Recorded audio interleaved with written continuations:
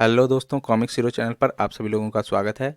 हमारी आज की कॉमिक्स है राज कॉमिक्स की पेशकश सुस्त राम बने चुस्त राम। तो चलिए दोस्तों शुरू करते हैं सुस्त राम बने चुस्त राम का पार्ट 1। सुस्त राम बने चुस्त राम, लेखक तरुण कुमार वाही, चित्रांकन मधु जैन, संपादक मनीष चंद्र गुप्त। चंदन नगर में एक युवक अपनी बूढ़ी माँ के साथ रहता था। नाम था सुस्त राम। वह रात को राजमहल की पहरेदारी का काम किया करता था। उसकी माँ उसके आलसीपन से बेहद परेशान थी। अरे निकम्मे उठ, काम पर नहीं जाना है क्या? "उम्म, क्यों खटिया सिर पर उठा रखी है अम्मा? अभी अभी तो सोया ही था मैं। क्या कहा?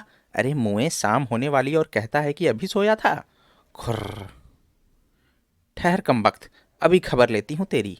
अर्र, बहू इस कड़ाके की सर्दी में नहला दिया। किट किट किट किट किट। अब उठता भी है, लाऊं एक और मटका पानी? उठता हूँ मेरी अम्मा। आह, भगवान ऐसी सठियाई माँ किसी को ना दे। उफ, भगवान ऐसा आलसी बेटा किसी को भी ना दे। और फिर वह तैयार होकर राजमहल की ओर चल पड़ा। देर हो गई है, कहीं महाराज नाराज ना हो। चुपचाप जाकर पहरे पर तैनात हो जाऊं, किसी को मेरे देर से आने की कानो कान खबर ना होगी। ए, ठहरो। हैं, ये किस उल्लू ने टोक दिया? अ ओह ओह महाराज, आप। प्रणाम महाराज। ठीक है। सुस्तराम, हमें खबर मिली है कि तुम रोज इसी तरह देर से आते हो। क्या बताऊं महाराज, इस कड़कड़ाती ठंड में लकड़ियां काटने जाना पड़ता है। उन्हें बेचकर लौटते लौटते देर हो जाती है। लेकिन क्या हमारी दी हुई तनख्वाह से तुम्हारे घर का खर्चा पूरा नहीं होता? काश हो सकता, मगर क्या बताऊं महाराज, 4 छोटे भाइयों का अकेला ही सहारा हूं। हम हम। फिर कुछ पल सोचने के बाद राजा ने कहा, ठीक है, अभी तुम अपने काम पर लग जाओ, कल हम तुमसे इस विषय पर बात करेंगे। बहुत अच्छा महाराज। बेचारा कितनी मेहनत करता है, हैं? नहीं महाराज, मुझे तो ये अव्वल दर्जे का झूठा एवं मक्कार दिखाई देता है। और महाराज, मैंने तो सुना है कि ये आलसी भी पक्का है। इस बात का कोई प्रमाण है आपके पास महामंत्री जी? जी प्रमाण तो नहीं है, मगर मैंने राज कर्मचारियों से अक्सर ही ऐसा सुना है। हम्म। ठीक है महामंत्री जी, आज रात हम इसी बात का पता लगाएंगे कि महल में नौकरी के समय कौन कौन काम चोरी कर रहा है। और काम चोरों को सजा देना आपका काम होगा। मेहनती कर्मचारियों को इनाम हम खुद देंगे। जैसी महाराज की इच्छा। उसी रात महल के दरवाजे पर, साथियों सारा शहर सो चुका है, अब हमें भी थोड़ी बहुत कमर सीधी कर लेनी चाहिए। हाँ, मगर आज रात महल और हम सबकी पहरेदारी की बारी किसकी है? सुस्त राम की। मेरी। मगर मुझे तो बहुत जोरों की नींद आ रही है। कोई बहाना नहीं चलेगा सुस्त राम। मुझ पर रहम करो भाइयों, सिर्फ आज कोई मेरे बदले पहरा दे दो। मैं तो नहीं दूंगा, मैं भी नहीं। उहुं, जिद मत करो सुस्तराम। और फिर सप्ताह में एक बार तो हम में से एक को जागना ही पड़ता है। तुम्हारी जगह कौन काम करेगा? तुम सबकी यही मर्जी है तो ठीक है, मैं ही पहरा दिए देता हूँ। हाँ, अब बनी ना बात। अब अंदर वाली कोठरी में हम अंदर वाली कोठरी में सोने जा रहे हैं। अगर कोई खतरा दिखे तो कोयल की आवाज़। हाँ हाँ, याद है। और जब आधी रात को राजा कुंवर सिंह महामंत्री के साथ गश्त पर निकले। कमाल है, कोई नज़र है? कमाल है महामंत्री जी, आज कोई पहरे पर ही नज़र नहीं आ रहा है। मैं खुद चकित हूँ महाराज, ना जाने सब कहाँ चले गए हैं। खुर्र। कुछ और आगे बढ़ने पर, तो इस तरह होती है महल की पहरेदारी। खुर्र। कू कू। अरे, ये आवाज़ कैसी? आइए, आवाज़ की दिशा में चलकर देखें। कू। पहले पहले इस कोठरी पर सांकल चढ़ा दो ताकि ये कमबख्त भाग ना सके। जो आ गया। हाँ, अब ठीक है, चलो। अरे, यह तो सुस्त राम है। कू कू। ए, क्या हो रहा है? ओह महामंत्री जी, आप। पर सारे पहरेदार कमबख्त कहाँ मर गए? उन सब को काम चोरी के आरोप में कैद कर लिया गया है। क्या? पर तुम कोयल की आवाज़ें क्यों निकाल रहे थे सुस्तराम? उन पहरेदारों को यहाँ बुलाने के लिए महाराज। क्या मतलब? महाराज, कुछ देर पहले मैंने उधर झाड़ियों की तरफ एक संदिग्ध व्यक्ति को घूमते हुए देखा था। शायद वह कोई चोर या जासूस रहा होगा। चोर जासूस? जी हाँ महाराज, यह देखकर मैंने सभी पहरेदारों को कोयल की आवाज़ में संकेत देकर खतरे के प्रति सजग कर देना चाहा। पर वह संदिग्ध व्यक्ति अब कहाँ है? शायद हमारी आवाज़ें सुनकर भाग खड़ा हुआ होगा, इसीलिए तो कोयल की आवाज़ में। मगर वे सब पहरेदार आखिर कर क्या रहे थे? सब के सब घोड़े बेचकर सो रहे थे। पहरे पर सो रहे थे। ओह, तो अब समझ में आया कि मेरे संकेत देने पर भी वे आए क्यों नहीं।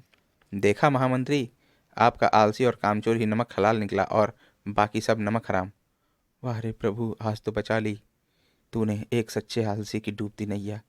हमारा आदेश है कि उन सबको तुरंत ही नौकरी से बर्खास्त करके कारागृह में डाल दो। कल सुस्त राम को हम खुद पुरस्कृत करेंगे। जो आ गया। वाह, पर बेचारे मेरे साथी। अगले दिन। सुस्त राम से हम बेहद प्रसन्न हैं। आप ही बताएं महामंत्री जी कि उसे किस तरह पुरस्कृत किया जाए। उसे कुछ स्वर्ण मुद्राएं दे दीजिए, अधिक बड़ा पुरस्कार उसके हित में ना होगा। इसका कारण? रात को पकड़े गए पहरेदारों का कहना है कि सुस्तराम भी कल उन लोगों के साथ शामिल था। यानी कि आप कहना चाहते हैं कि सुस्तराम आलसी, कामचोर और साथ ही अव्वल दर्जे का झूठा भी है। जी हाँ महाराज, कल किस्मत से वह भले ही बच गया था, पर मुझे यकीन है कि वह भी उन पहरेदारों के साथ मिला हुआ है। कुछ भी हो महामंत्री जी, कल काम चोरी करते रंगे हाथों पकड़े गए पहरेदारों में वह शामिल नहीं था। हाँ, भविष्य में हम उस पर नज़र रखेंगे। जैसी आपकी इच्छा। पर एक बात मैं भी कहना चाहूँगा। कहिए। एक आलसी का भाग्य कभी नहीं बदल सकता, चाहे आप पूरा राज्य ही क्यों ना उसे इनाम स्वरूप दे दें। हम्म क्यों ना लगे हाथों आपकी इस बात की भी जांच कर ली जाए। मैं समझा नहीं महाराज। समय आने पर हम आपको खुलकर समझाएंगे। फिलहाल केवल इतना जान लें कि हमारे इनाम देने के इस नए ढंग से जहां सुस्तराम की सच्चाई प्रकट होगी, वहीं आपकी आलसी के भाग्य वाली बात की भी पुष्टि हो जाएगी। जैसा आप समझें, उचित समझें, करें। रात को अपने शयन कक्ष में। उसके साथ ही मेरी भी परीक्षा की घड़ी है। ना जाने मुझे कितना नुकसान उठाना पड़े, पर अब कहा है तो करना ही होगा। मगर किस तरह? हाँ, याद आया। बाबरपुर का प्रधान अपनी बेटी की शादी के लिए बड़ा परेशान है। हाँ, यही ठीक रहेगा। अगले दिन भोर होने से पहले ही राजा ने सुस्तराम को वहां बुलवा भेजा। तुम यह पत्र तुरंत लेकर तुरंत बाबरपुर के प्रधान के पास चले जाओ। क्या अभी जाना होगा महाराज? बिल्कुल। और सुनो, यह कुछ स्वर्ण मुद्राएं राह खर्च के लिए रख लो। जो आज्ञा महाराज। मेरी शर्त देखकर प्रधान अपनी लड़की की शादी अवश्य सुस्तराम से कर देगा। मर गए इस कड़कड़ाती ठंड में। वहां तक पहुंचते पहुंचते मेरी कुल्फी ही ना जम जाए। परंतु नौकरी करनी है तो जाना ही पड़ेगा, वरना ऐसी आरामदेह नौकरी और कहाँ मिलेगी जहाँ केवल मुफ्त की तनख्वाह लिए जाओ। बहू किट किट किट किट किट। हे प्रभु, आज सही सलामत घर पहुंचा देना। पर क्यों ना मैं यह काम अपने मित्र फुरत राम को सौंप दूं। फुरत राम मेरा जिगरी दोस्त है, मना नहीं करेगा। उसके बाद आराम से गर्म गर्म बिस्तर में चैन की नींद। वाह। फुरत राम। कौन? खट खट खट खट। मैं हूँ भाई, सुस्तराम, दरवाजा खोलो। अभी खोलता हूँ भाई। कहो सुस्तराम, आज एकाएक इस समय कैसे आना हुआ? मैं बड़ी मुसीबत में फंस गया हूँ दोस्त। मुझे तुम्हारी मदद की अत्यंत आवश्यकता है। अंदर आओ और पूरी बात बताओ। सुस्तराम ने हकीकत बयान कर दी। फिर नाक भौं सिकोड़कर बोला।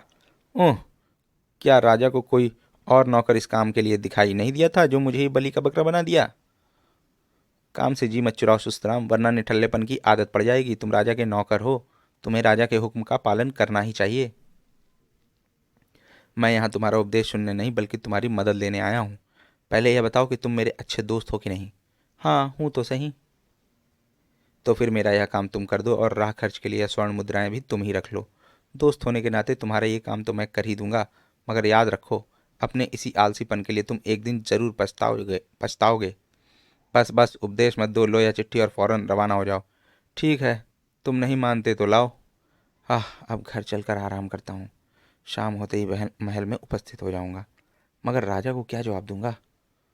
कर दूंगा कोई बहाना।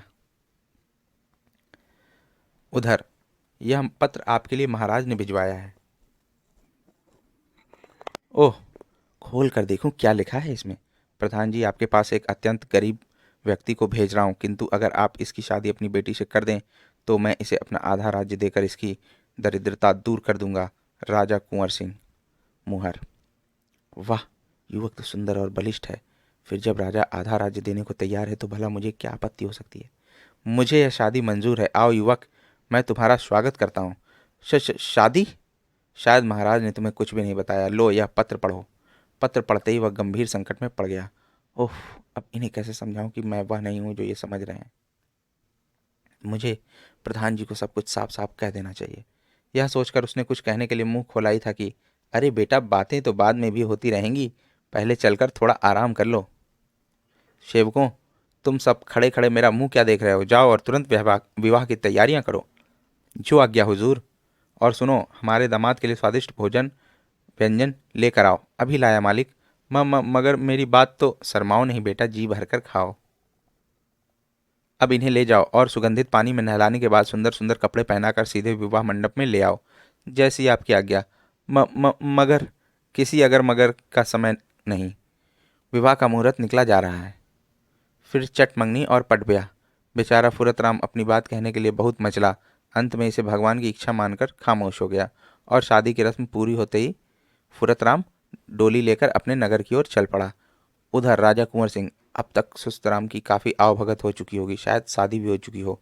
अब जब वह अपनी दुल्हन के साथ आएगा तो उसे आधा राज्य देकर मैं उसकी किस्मत को बिल्कुल पलटकर महामंत्री की बात झूठी साबित कर दूंगा। लेकिन रात होते ही उनका भ्रम टूट गया। अरे, तुम तो बहुत शीघ्र ही वापस आ गए, क्या मेरी दी चिट्ठी पहुंचा है? दुहाई है महाराज, कल यहाँ से निकलते ही मुझे ठंड लग गई और मैं बीमार पड़ गया, इसलिए खुद नहीं जा सका। क्या बकते हो? फिर वह चिट्ठी कहाँ है? कोई बहुत जरूरी चिट्ठी समझ मैंने उसे अपने एक अभिन्न मित्र के हाथ वहां भिजवा दी है। ओह, मैं तो इसकी किस्मत पलटना चाहता था, किंतु इस कमबख्त ने सारा गुड़ गोबर कर दिया। अब तो लौटने पर उसे ही आधा राज्य देना होगा, वरना प्रधान के सामने मेरी क्या इज्जत रह जाएगी। दोस्तों, सुस्त राम बने चुस्त राम का हमारा पार्ट 1 यहीं पर समाप्त होता है और अब हम मिलते हैं इसके अगले पार्ट में, जिसका लिंक आपको इसके डिस्क्रिप्शन में दिया हुआ है। आप इसे वहाँ पर खोलकर पढ़ सकते हैं। आपको ये कॉमिक्स कैसी लगी हमें कमेंट सेक्शन में ज़रूर बताएं और हमारे चैनल को ज़रूर सब्सक्राइब करें। मिलते हैं अगली कॉमिक्स में। धन्यवाद।